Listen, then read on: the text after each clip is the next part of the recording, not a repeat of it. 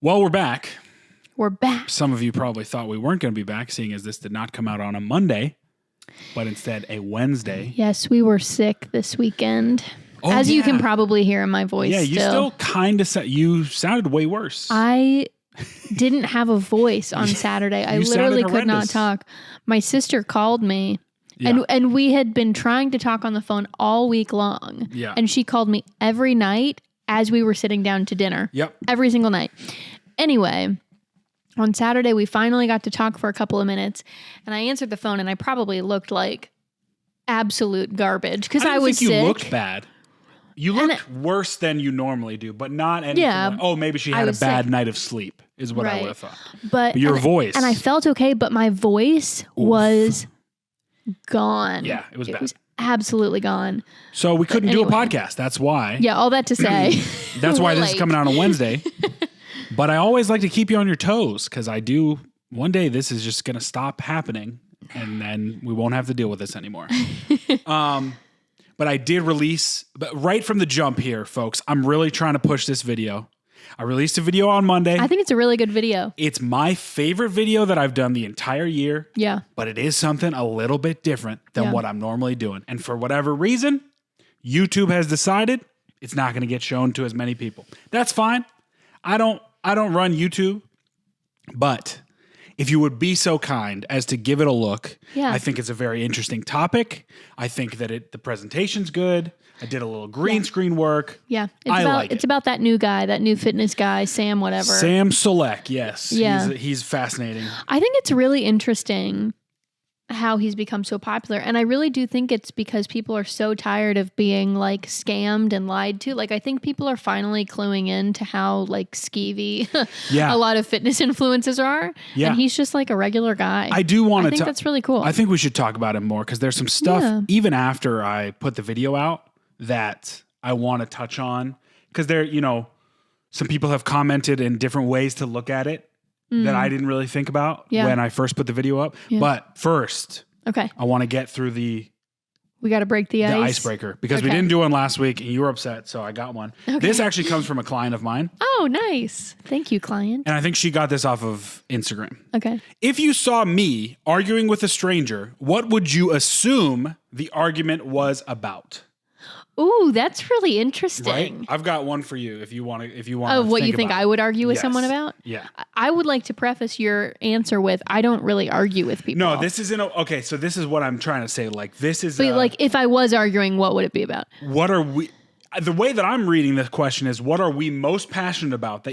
I'm pretty argumentative, but not with strangers, and I usually do it as like a bit. Yeah. But this is an argument happening, right? Okay. So you want me to go first? Yeah, go ahead.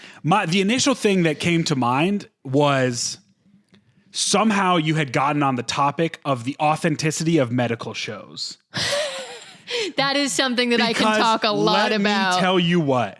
You can't watch that with me. You cannot get through Grey's Anatomy. No. Anything. Any New Amsterdam. And that's not to say I don't I like those shows. This is the problem. You watch them. But then you'll sit there and you'll say, that's not real. That's not real. This would never happen. HIPAA violation. And the HIPAA violations in those shows is absolutely mind-boggling. I'm like, every single one of those doctors would be in jail or fined.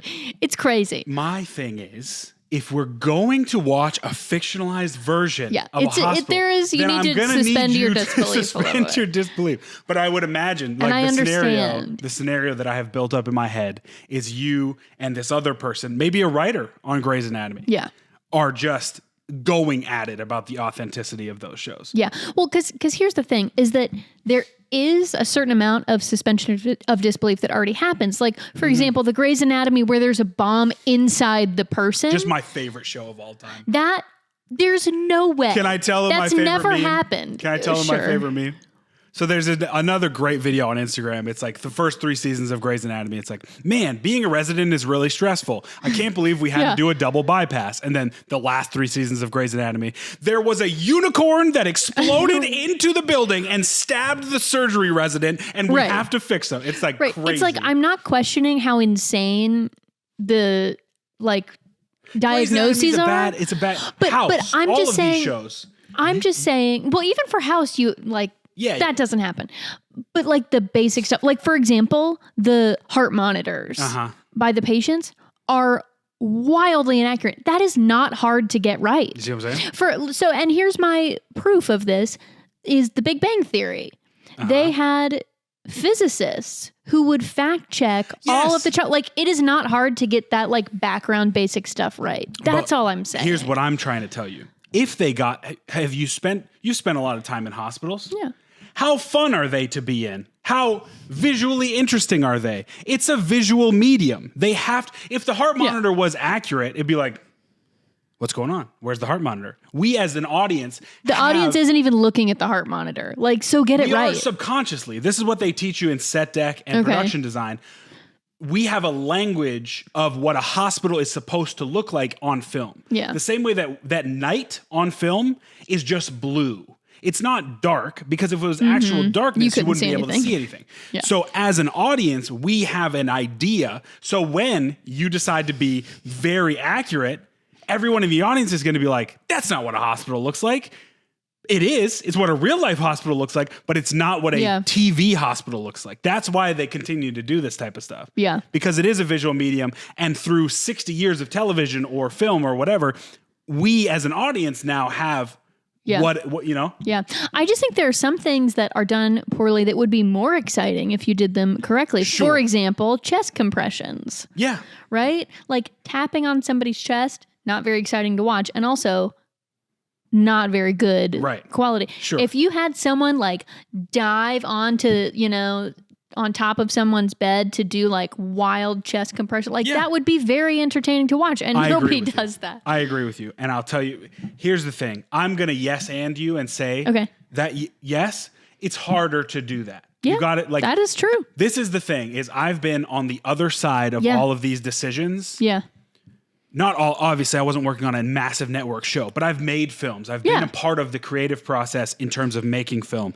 And it is just a sequence of problem solving. Yeah. That's all it is. Yeah. Because you never have enough time, you never have enough money. Mm-hmm. So they're not going to spend $12,000. They're not going to do 12 takes of a chest compressions bit for 10 seconds. You got to buy the dummy. Yeah. Because you can't do that to a normal human being. You're going to break their ribs. So you got to buy the realistic $12,000 dummy. Yeah. You got to get that set up. Props has to be involved. It's a whole nightmare. So instead they just go push on the chest a little bit and then that's fine. just tap him. He'll wake up. That'll revive him. It is always what will read to the audience. Yeah. That is literally, you sit in the editing room and you say, is that convincing enough? Is it good enough? Yeah. Because it's not going to be real.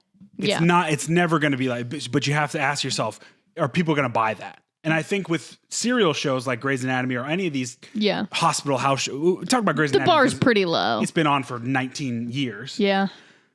It's so regimented and sequenced and it has to come out at a certain time. You don't have time to be like, this has got to be more accurate. Like it's like, that reads, we're moving on to the next thing. Right. Yeah. And I understand that. That is what I think. I don't know if that's what you're most passionate about, but that's what sprung to my mind. That's a good one. Of like, because you could argue about existentialism or whatever, but this is fun. I'm not talking about like a battle. I'm talking about like an argument with somebody. Yeah. You got one for me or not? I remember one time. I could argue about anything, by the way. You and some friends were arguing with like a group of other people at Disney World about, was it Star Wars related? I think it was Star Wars related. Like debating whether the new movies were good or bad or something like that. I remember that debate. I don't specifically remember. I think it's Star Wars related. I think it was Star Wars related. But I also think that you would argue or debate with people about like some random sports event, like the Tom Brady deflating all the footballs. Oh. I think you really would fight someone on that. And I would 100% be in the right. See, this is why you would argue about it. No. Because I have the data. Yes. I have the science is on my side. You're arguing about it right now. Friends, it's fall. We're getting into colder weather. Yes, we are. I would like you to do a little bit of an experiment. I would like you to test your tire pressure in the morning and the afternoon. I would like you to walk outside on a crisp 45-degree morning. Hopefully you live in a place that's that cold. And I would like you to check what your tire pressure is. Yeah. Now, did you release air out of those tires in an attempt to gain a competitive advantage? Of course not. Science has acted upon those tires to release some air pressure. This is just the absolute stupidest thing. Yeah. If you want to talk about spying, if you want to talk about cheating, talk about Spygate. There were cameras there. The cameras caught the practices. That's a much more 4-game suspension for science, the laws of nature. Oh, I'm activated. I don't even, here's the bigger problem. I got you. I was right. No. I would argue about anything and everything. Yeah, but you got pretty heated pretty quick. I mean, you went from 0 to 100 pretty quick there. But other like sports topics I would not get as animated about. This one is just such a miscarriage of justice. Like it is just a railroad job to the New England Patriots and the truest American, Thomas Edward Brady. It is a miscarriage of justice. I feel like you could have like an argument debate with somebody about like what's the best football team ever. Yeah. You know? The 2007 Patriots. Except that they lost in the Super Bowl. See, it would be so easy to just be done with that argument because statistically, that was the best team of all time. But they didn't win the Super Bowl, and as such... So you can argue. There's an argument there. Sure. And I would even say, okay, you got it. Like, they didn't win the Super Bowl. The championship is the most important thing. Yeah. The regular season doesn't count. Cool. You know, they were the best regular season team, but they weren't the best team overall. Yeah. I think we were talking recently about time travel, and a great use of time travel would be to pit all of these like best teams ever against each other in like the ultimate playoff. But then, what did I tell you? The rules are different. The eras in any sport cannot be pitted against each other because the rules change. Yeah.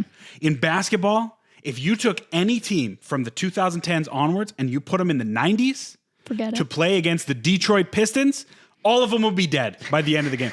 Dead. They would have murdered them on the court. The physicality. Football. It's just a different style of play. In football, you could not throw the ball into the middle of the field because linebackers could sit there. They could see a wide receiver and say, I'm going to crush that person's skull. And as the ball was thrown, they don't care about the ball. They're going to murder that person. Yeah. That's not allowed anymore. So you can't. It would be great if you could. Be pretty fun to watch. But this is why everybody's always talking about eras and it's a different game. The game has iterated in all professional sports. It's true. All professional sports. Yeah. Take these people back to the steroid era of baseball. They'd be getting blown out. Mm-hmm. Now, maybe they're still using steroids, but they're getting a little bit better about it. But back in the early 2000s, if you weren't juiced to the gills, you weren't in the back to the professional league. Yeah. Like you just weren't playing. Yeah. Yeah.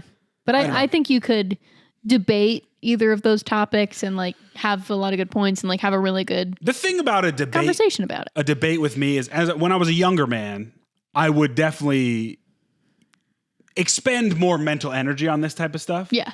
Now, obviously, I'm doing it because we're on a show. I'm playing my character as we already know. But you're gonna move on with your day. In life, in general, I don't really have these conversations with people anymore. I'm just like, yeah man, go ahead. You believe what you want to believe. Agree to disagree.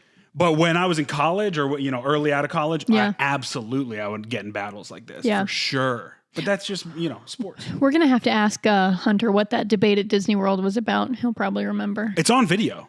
Yeah, it's on video. So we could go back and look. I think it was about Star Wars. I'm pretty sure it was. It was about something movie related. Well, here's the thing. This was back when I was drinking. And this was back when we had just...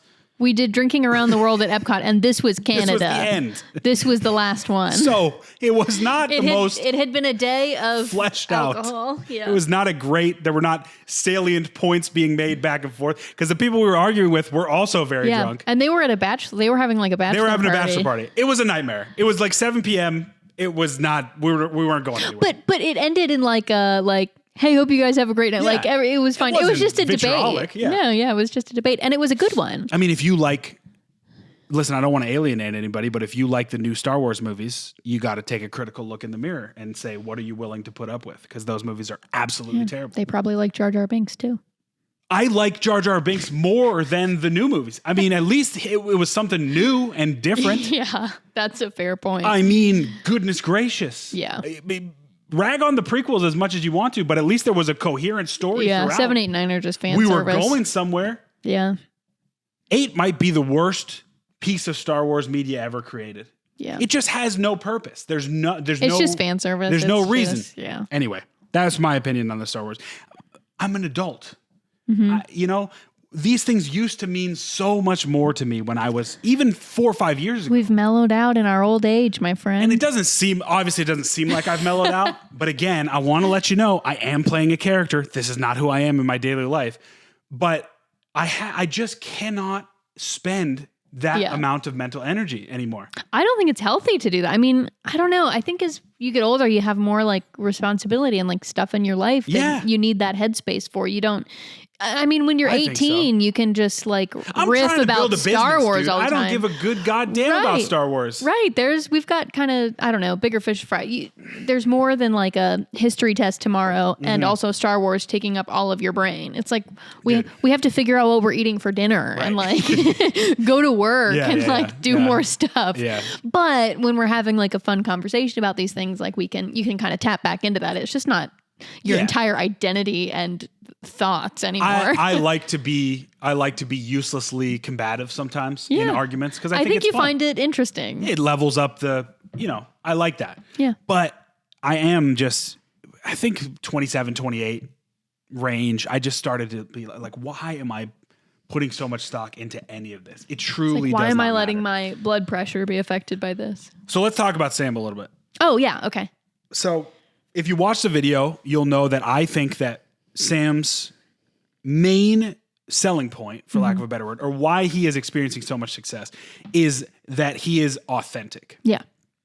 And like you said, that is in the face of an industry, specifically the fitness industry on Instagram, TikTok, and YouTube, that is so inauthentic that it was starved for any type of authenticity. Yeah, because really it's just all marketing. You know, it's not actually workums or being fit. It's 90% of the time. It's like buy this sports bra, buy this greens powder, buy this pill, buy this membership, buy these classes. Yeah. Like it's just a bunch of like muscular people selling stuff. It's not actually about how to get fit anymore. And even one step deeper, a lot of these muscular people are either cooking the books in terms of Photoshop, they're using drugs and anabolic compounds that they're not telling you about, or they're not disclosing the amounts that they're using, or they're saying implicitly they're selling a product without disclosing their drug status to make it seem like this product is what turned me into this. Right. Yeah. It's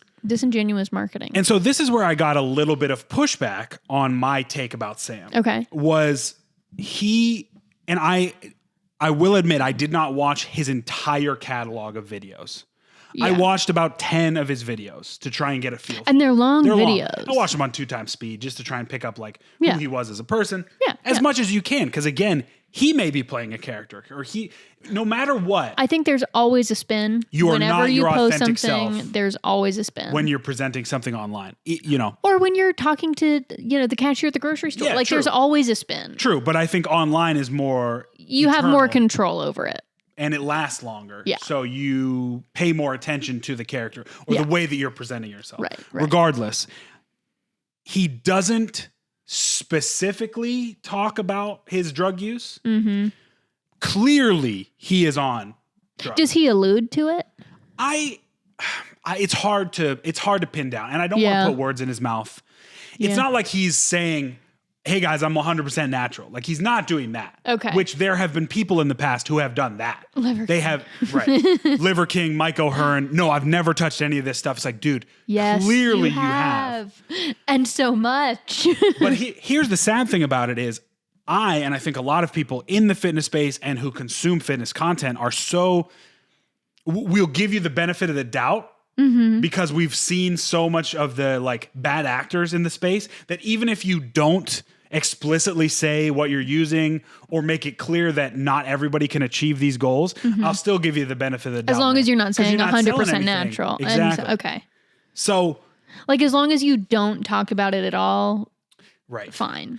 Now, the person who commented self-disclosed that they are very naive.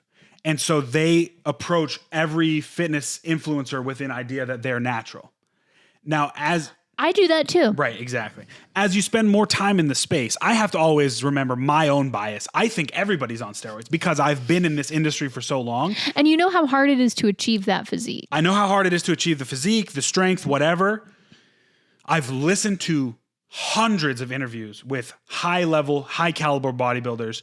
There is no way, it's not physically possible that you'll be able to step on a high-level bodybuilding stage without being on some type of drug, unless you are in a specifically drug-controlled natural bodybuilding federation. And even then.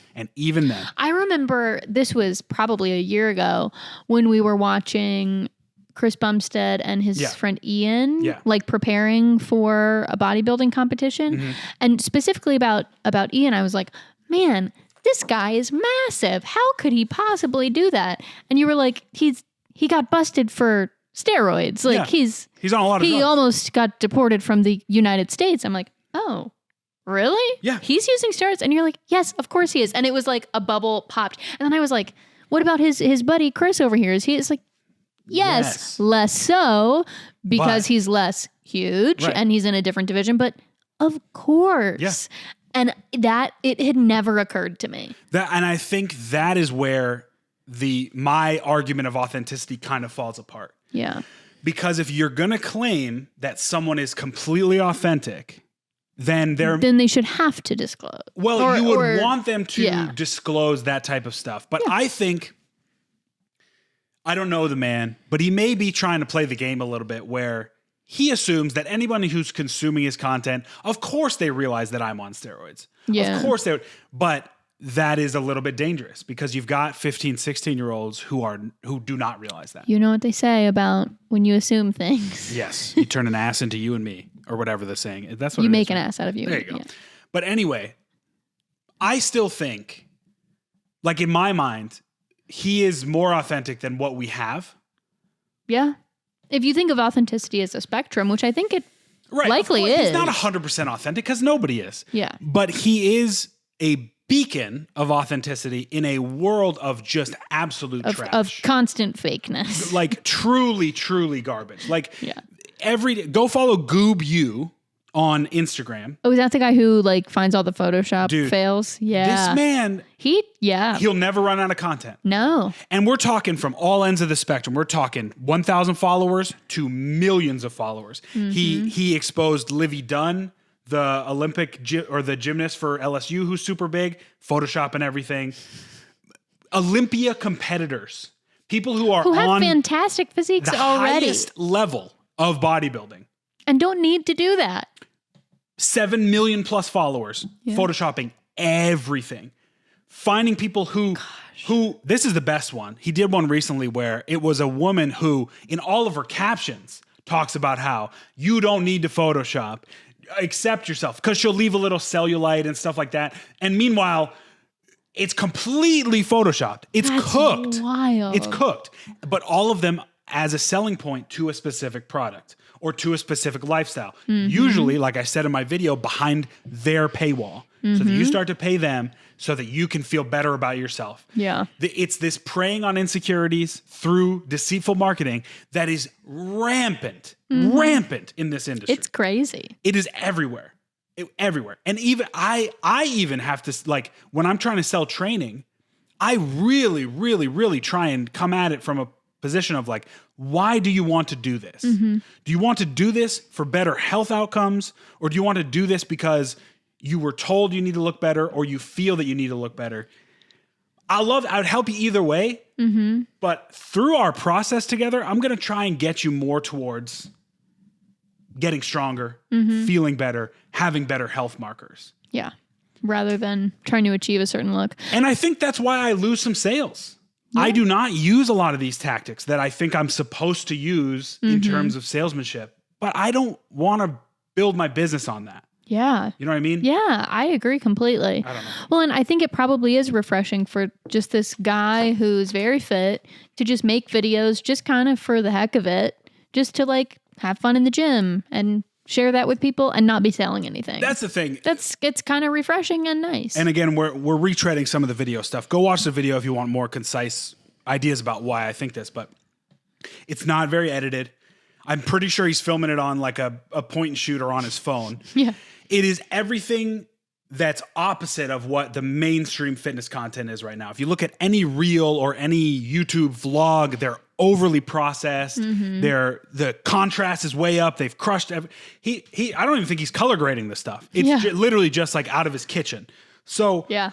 I think when you see that, and then when he opens his mouth and he speaks, he's just kind of talking. It feels like a friend that you've known for a long time. And I think a lot of, especially young men, were really looking for something like that. Yeah. Somebody that they could look up to and say, wow, I may be able to look like that. Now, we've got the steroid issue again. It's always going to be the elephant in the room with any type of bodybuilding. Absolutely. It is always. So my perspective is go into every video and every interaction with someone who is a bodybuilder, understanding that they are on some type of compound. More than likely. Even if they're not, you're still saving yourself a lot of headache. Right. But the other thing too is like, don't assume that even if you went on steroids, that you would look like this person.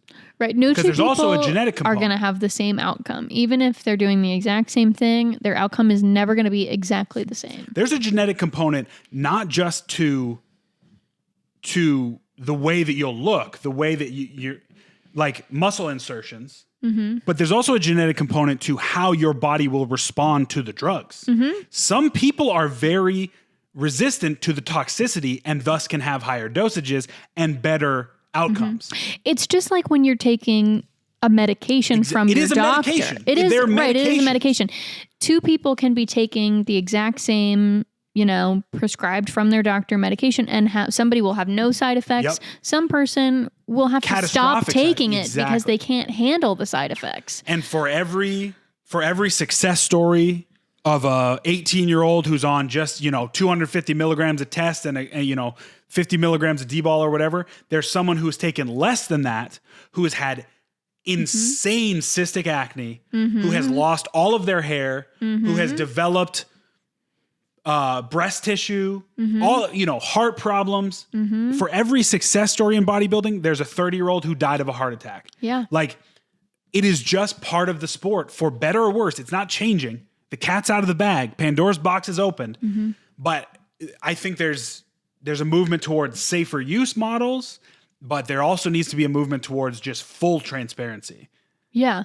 But that's difficult because they are all still Schedule I drugs. You can go to prison. Right. So full transparency is not going to happen. Right. But I think it is really important to find ways for people to have, safe use. It's so important because it is a huge risk. And, if you're not telling anybody about what you're doing, especially your doctor, I mean, it can have catastrophic consequences. Like you said, there are young people who are dying of heart attacks, and that is really heartbreaking. Yeah, it's and a lot of times, even if you don't die, it's like you are on this stuff for life. You have done irreversible damage to your endocrine system. I just want to say, please tell your doctors everything that you put in your body. Yeah. It is illegal for your doctors to tell people things about you. That's the HIPAA that we were referring to earlier. I mean, your doctors need to know this kind of thing. And it's very important. There are a couple influencers. I hate that word, but there are a couple people on social media who are doing what they can as former users or current users or coaches to try and educate people about stuff. Yeah. There's a couple health clinics that are like telehealth clinics that are more accepting is the wrong word, but they're willing to work with you in terms of like dosages, Yeah.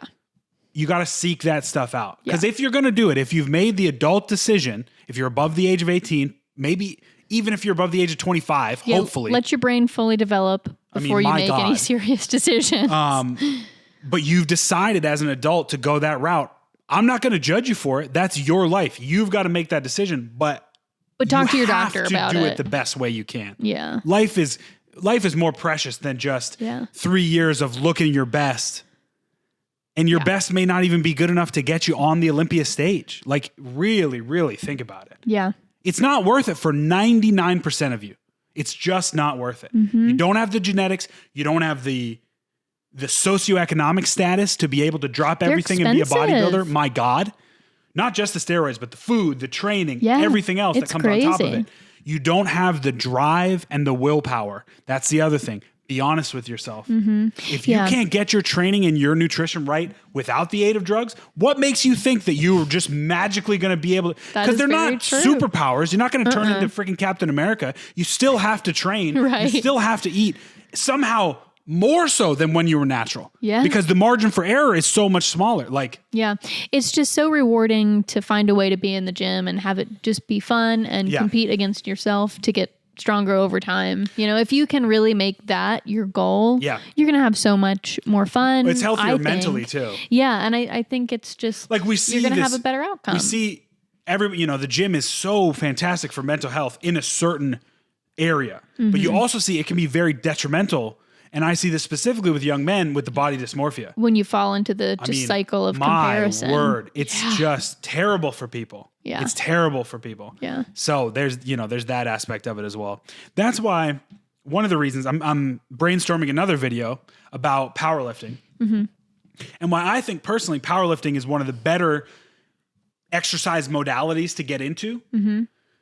Not to say that powerlifting doesn't have its own problems. Of course it does. Nothing's perfect. But I think that the style of training that powerlifting affords you allows you to kind of take the onus off of physical in terms of looks and put it more so on internal strength, different outcomes that may be a little bit healthier in your mental health. Because you don't have to look a certain way to be a powerlifter. You just have to be strong. That's what drew me to the sport originally. Yeah. And a reason that I think I've continued in the sport and some of the best outcomes that I've reached with my clients have been in a powerlifting style of training. Now, I'm not saying you have to compete.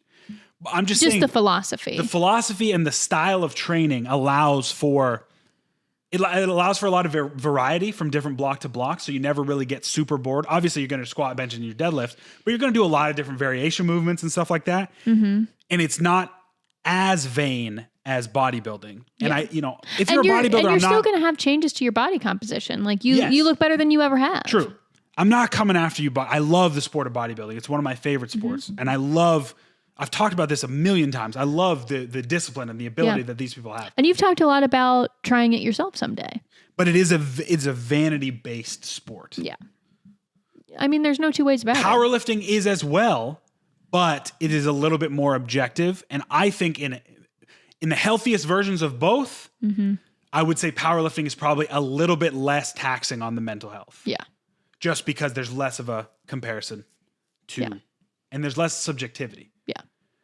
The thing about bodybuilding that really gets a lot of people is you're getting judged. With powerlifting, you either lift the weight or you don't lift the weight. You either were the strongest person or you weren't the strongest person. Yeah. Yeah. Now, there is a little bit of judging with like soft knees or, referees still have a little bit of control, but at the end of the day, thinner, neither sport is perfect. Find something that you love to do. That's basically what I'm trying to say. But I, in my coaching, have kind of drifted towards, let's talk about powerlifting. Let's talk about strength-focused work rather than, because the people that consistently stick to it are the ones that have strength goals more so than body goals. Right. And the body goals are secondary to the strength and the mental health and the general fitness goals. Right. I think it's when you focus more on the mental health and the strength, it's like you make those achievements and you make that progress. And then one day you look in the mirror, you're like, hey, I actually look really good. Exactly. And it's, you're not hyper focused on it every day. So you can just kind of wake up one day and be like, I look different. I like this. This is fantastic. That's very much and it's like an added benefit. That's very much how my story went. Yeah. And then, as you go, you get more focused on weight class and stuff like that. So you can let it be more weight focused, but you don't have to. Yeah. I remember one time, and I don't remember when this was, but it was like you were trying out a new program or you'd started a new block or something and you'd been at it for like maybe 2 or 3 weeks. And one day you were like, does my back look incredible? And I was like, you know what? Your back does look a lot bigger than it used to. Like your lat spread is so much bigger than it used to be. And like your shoulders look really good. And you didn't start this, new plan like, I'm going to absolutely have the best shoulders in the gym. Right. But you got great shoulders. It's a great outcome. Yeah. And you were really excited about it. It wasn't the thing you were most excited about. You were excited that your bench press got better. Right. But you were like, you know what? My bench press got better. And as, just the cherry on bonus. top, Yeah. my shoulders look fantastic. Yeah. And that's great. So I'll end with one more plea, not end the podcast, but end this discussion with one more plea to go and watch that video and let me know what you think about it. Yeah. And let me know how you are relating to the wild world of Instagram and YouTube and TikTok fitness. Because it's a whirlwind right now, man. Like it's a cesspool. And as someone who's trying to be a part of that cesspool, it's constantly on my mind. Yeah. How do I get my message across, do fun videos, without really wading into that? Right. How do you keep your integrity and, saying things that are true and reasonable? Just know that I'm always thinking about it, folks. Yeah. I'm always ask Sarah if you think I'm lying. It's really a struggle. I'm always thinking about it. Yeah. It would be very easy to start photoshopping your pictures and telling lies and get a bunch of followers. It would be very easy. Yeah. But it's not something that you're willing to do. And I think that's something that, can really, that you get a lot of respect for that. Well, thank you. Because that's hard. The other thing you're too doing is it the hard way. I've made a choice to stay at a higher body fat percentage. Or at a higher weight in general, which comes with it, a higher body fat percentage, in order to, this is where I perform my best in my strength sport. Yep. As such, I cannot use shirtless pictures of myself as thumbnails and Instagram bait, and that's what drives traffic. Go look at all of the big, even Sam, go look at the big famous Instagram and YouTube fitness influencers. Yeah.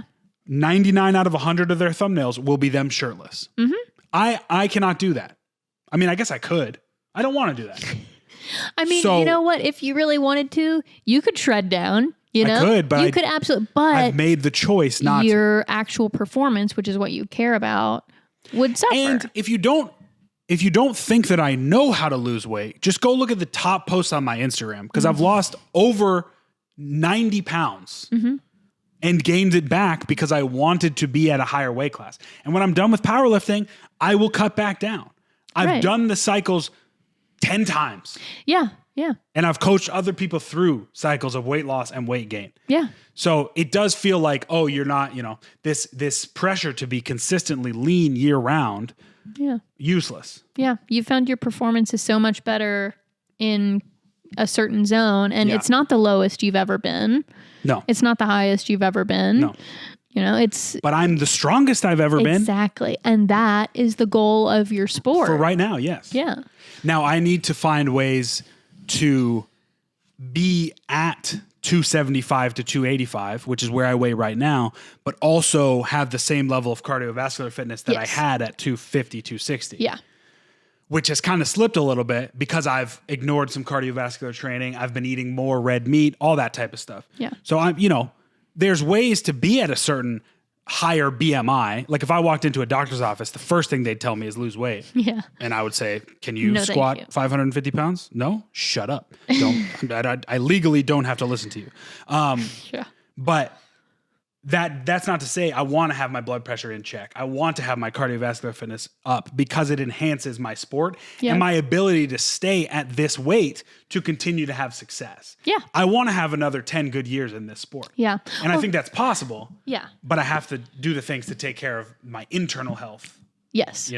Well, and I think that's kind of how it goes. Like on a fitness journey, it's like you make a big change and then you kind of tweak it from there. It was like you made this big change, you cut all the way down. You're like, okay, this is an improvement, but I think we can do better. And so you've kind of messed around with it over the last 18 months and found this the 275 to 285 where you feel at your strongest and it's like, okay, I think we can do better. So now how do we optimize And so this? now, exactly. And it's like you just kind of refine and perfect That's your abilities and your physique over time. 2 years ago when you started your powerlifting fitness journey, I don't think you would have ever said, okay, this is the weight range where I'm going to be at the best and I'm going to need to maximize, my cardiovascular fitness within this range. How could you have ever known that? Yeah. You don't know until you get there. It's like, I'm going to lose weight. I've set this arbitrary goal of 250 pounds and we're going to see what happens. And I got there and I'll tell you what, I felt terrible. Yeah. I felt worse there than I do now. Yeah. Because the goals of my sport Right. We're not. I think you felt better in some ways and worse in other ways. I think cardiovascularly, you were pretty fit. I mean, if I'm training cardio, there's not much of a difference. Yeah. The problem is that I haven't been training my cardio the same way that I did, because I was using cardio as a weight loss modality or enhancement, but I was also getting the cardio fitness from it. Now I'm not trying to lose weight, but I still need to get the cardio fitness from consistently training cardio. And I think you're always going to have these times. It's like, okay, like you're going to have better cardio and you're going to say, all right, this is fantastic. How do I optimize again? I can do better. Yeah, for sure. Like that is such a powerful like pair of statements is this is great. And how can I can do better. Yeah. I think, and that's life, dude. Mm-hmm. Can you, excuse me, holy cow. That's that loaf of bread. Like, I think you can do that at work too. It's like, that's what I'm saying. This is great. Life I can do is better. about how can you celebrate the successes without resting on the successes and continuing to drive yourself forward without burnout. Mm-hmm. If you can figure that out, that's it. You're good. Yeah. Let's do a question here. Okay. I got 2 of them, but we'll only get to one of them. We've had a great discussion so far. Yeah, we have. If you've liked the podcast thus far, please like it. Let us know in the comments. The main thing that I want, before we get to the question, I'm always going on tangents, but I want to build a community. Yeah. I think that you fight against the inauthenticity by building a community of actual human beings. So that's what the goal is. So don't be afraid to comment. Yeah. Don't be afraid to join the Discord and speak out if you've got anything. There are no stupid questions. We want to know you. We love to hear from you. Yeah. Okay. This is from, I think this is from the fitness Reddit. Yes. Okay.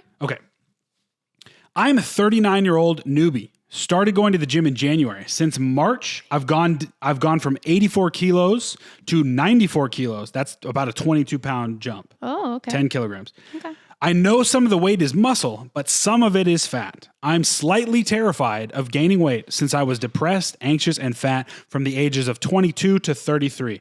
I am not going back, but I want to grow muscle. How do you deal with thoughts like this? Mm-hmm. This is a really tough one. I think this is exactly what we were just talking about. Yeah. This is great. I can get even better because that's what bodybuilders and powerlifters do. Yeah, you bulk up, Yep. you gain muscle and you gain some fat, and then you cut. Yep. That is how you do this. From a coaching perspective, it is very difficult. And I went through this with a couple of my athletes who in former lives, before they became bodybuilders or powerlifters or whatever, were overweight. Mm-hmm. And I have a unique perspective because that's my story journey as well. Yeah. And there's something psychologically that goes on with the association with success and the number coming down, which is incorrect. Yeah. And why I preach body composition change more so than direct weight loss. Because there are no situations where more muscle mass on your frame, well, unless your heart is growing muscle and you're going to die of atrophy or yeah. There are few situations where more muscle mass on your frame is going to be a negative. Yeah. But that carries with it the increase in scale weight most of the time. But that will change because as you continue to train and as you continue to dial in your nutrition, you will lose body fat. Yes. So that's the main difficulty. And you see this specifically with people who have gone through a major weight loss in the past. But you wake up and you look at yourself and you don't look like what you thought you would look like after you've gone through the weight loss. I'm speaking personally here. I did not like the way that I looked. I felt that I looked too small. I didn't have the amount of muscularity that I wanted on my frame. Like if you go back and look at that picture on my Instagram when you were really little. I was very small. Or 250, yeah. 250, yeah. And I didn't like that from a vanity perspective, but also from a function perspective. I was not as strong as I wanted to. And I think a lot of people come to that same realization, especially if you've just done it through diet and excessive cardio. This is why I, again, always preach on a weight loss journey, bring some resistance training into the process. Yeah. Because you'll be able to be more, you'll be happier with the way you look at the end of that if you added or maintain some muscle mass. Right. It might slow down your total, time of losing weight, but you are probably going to feel better and look better. I would almost guarantee it. Yeah. But so psychologically, you get down to that spot and you look at yourself and because if you've done the hard work to lose the weight, you've been in the fitness space long enough, you know how to gain the weight, how to gain the muscle. Yeah. Oh no, I've got to go into calorie surplus again. I just lost all this weight. How can I give myself permission to then gain weight back? This is incredibly difficult. Scary. Incredibly, incredibly difficult. I've gone through it. A lot of my clients have gone through it. The only thing that I can say that will help you through it is understanding that once you've done the hard part to take the weight off, taking the weight off again is not as difficult. Yeah. And every subsequent bulk and cut becomes a little bit easier. Not easier in that you still have to do the work, but easier mentally because you know you've done it. You know how to do it. You know you can do it. You are proof of concept at that point. You say, oh, I've done this before. Yeah. I know it works. Because the biggest thing about weight loss is not thinking that it's not going to work. That is a driver of so much fear. But if you've already done it, you have the proof that it's going to work. Right. So you just do it again. Right. So I read this and I thought, I definitely got to do this question because this is very, very, very similar to what I have dealt with. Yeah. And again, what a lot of my clients have dealt with. Yeah. And I just wouldn't worry too much about it if I were them. I know that's easier said than done. Yeah. But you can build all the muscle and then, cut a little bit to get some of the extra fat off if you don't like it. What I would do, let's get very specific. So he says he's gone 84 to 94 kilos. That's a 22-pound jump. That's a pretty significant jump. Yeah. And I would say most likely 15 of that is probably fat. Just it may not be, but just based on how fast we accumulate fat mass versus muscle mass. Now he is newer to the gym, so he may be getting some newbie gains. But probably at least so let's half go 10 of and it. 10. Yeah. That's still maybe more fat than he wanted to bring onto the frame. Yeah. When we're doing a bulking cycle, we want to minimize the amount of fat that we're so the surplus is a bit lower. Usually you don't want to go above it's different for everybody. 2 to 3% body fat gained. At that point, it's like, okay, we gotta cut this off. Yeah. So he's above that. Okay. So it's time to cut, you would say? I would say, honestly, cut back down to about 88, 89 kilos. And then give yourself a moderate calorie surplus of about 200 to 300 grams. Or sorry, 200 to 300 calories. Mostly in protein and carbohydrates. Not a lot of fats. Bulk up again. With rigorous resistance training, bulk back up and see how you feel around 93, 94. Yeah. And then start the cycle over again. If you want to cut back down, keep your protein intake high, peel off some of that fat. It's cycles, man. And there are people that preach main gaining and these like very precise ways to stay the same body weight and lose fat and gain muscle at the same time. It can be done. It's incredibly, incredibly, incredibly difficult. That's what I was going to say. It's like we're all busy people. I just think that it's more efficient to lose weight in a weight loss phase and to gain weight in a weight gain phase. And take a little maintenance break in between the phases. And then go back and forth. Yeah. That to me, you're going to get more muscle gain if you are really able to push. You're going to get more fat loss if you're really able to restrict rather than try and just dial in your numbers so perfectly. As an advanced person, maybe 10, 15 years in, you can do that. Well, because then you really know your calorie. But when because you're new, everybody is so different in what their calorie needs are. And even, I've been seeing some, interesting reels of, new research where people can eat the exact same food and absorb different amounts of nutrition and calories from it to a certain extent. I don't know how legitimate that is. Yeah, I don't know either, but I'm just saying that to say it's like if you have to be so specific for this main gaining thing, there's a lot of variables and differences between people. You need probably 10 years of knowing yourself to know how you're going to respond to those microscopic changes. And how, not just physically, but mentally. Yeah. Because if you're somebody that really bloats up after you've had a lot of carbs, then the first couple weeks back on the massing phase, when you've upped your carbs, you're going to feel like, oh my God, I've lost all my progress because you're bloated. But then nope, I just bloat. If you have the, it's okay. the It'll come back background down. of knowledge, man. Yeah. That's I've seen a couple of those TikToks about I've wanted absorption. to look into them I more. don't know. That's the thing. I've just my skeptical side. Interesting. My skeptical side is like, this is pseudoscience. This is my BS. thought was interesting idea. I'd like to read the study. Yeah, I don't know we just don't know. There's so much. We always talk about nutrition science is the Wild West. Yeah, man. I mean it could be junk science. It could be true. Honestly, Yeah. I mean we don't really know. There is definitely.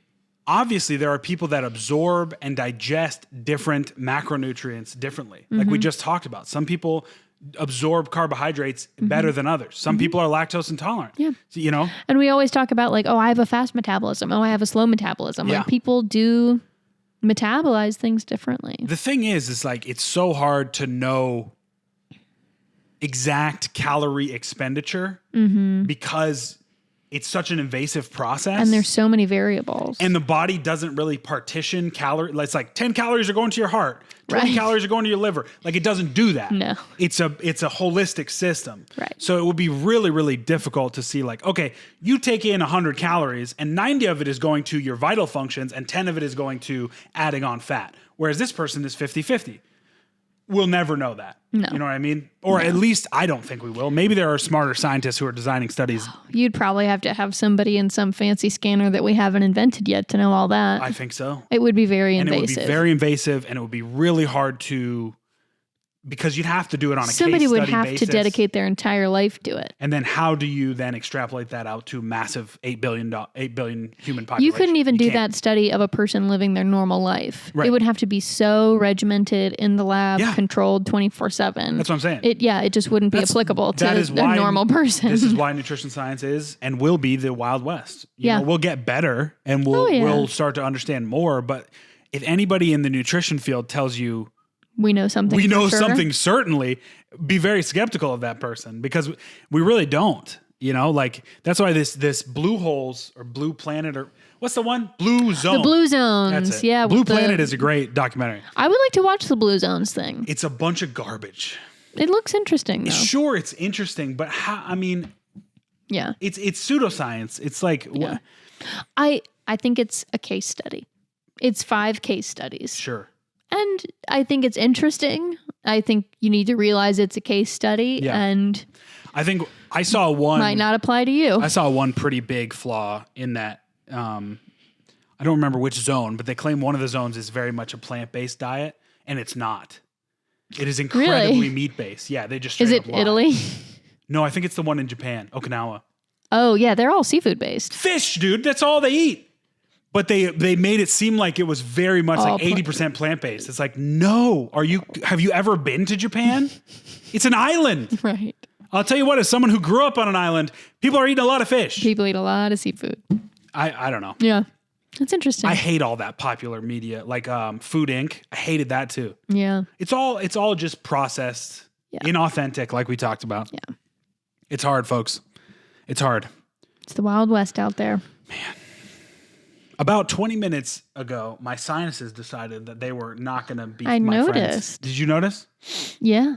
You start sniffling. So I'm I wonder pretty if in it's tune. dust or what. I don't know. Anyway, know. that'll be it. All right. That was a good one. Here's the thing. I may be doing a solo podcast coming up next week because I'm Sarah going might be out on of a town. girls trip. So, God only knows how wild that's going to get. Probably not that wild. I'll probably do it for about 15 minutes and get bored. But yes, thank you so much for watching this video, this podcast. Yeah. Please subscribe to the channel, like the video, join our Discord, go watch the Sam Select video. I would Yeah. really appreciate it if you did. Yeah. I'm trying to flex my creative muscles to keep me sane. So I Yeah. would really appreciate it if people would watch it. You got anything to tell the people? Have a wonderful rest of your week, everyone. Yeah, we'll see you maybe on Monday. And I might not. It may just be me, but But I'll see you again sometime. she might come back. Maybe the solo podcast will be so successful that I just kick you off. Oh, yeah, maybe. This could be the last time Sarah is on the podcast. So Wow. make sure you comment and say, save Sarah. Yeah, save me. Save me. All right, everybody. Have a good rest of your week. See ya. Bye. Bye.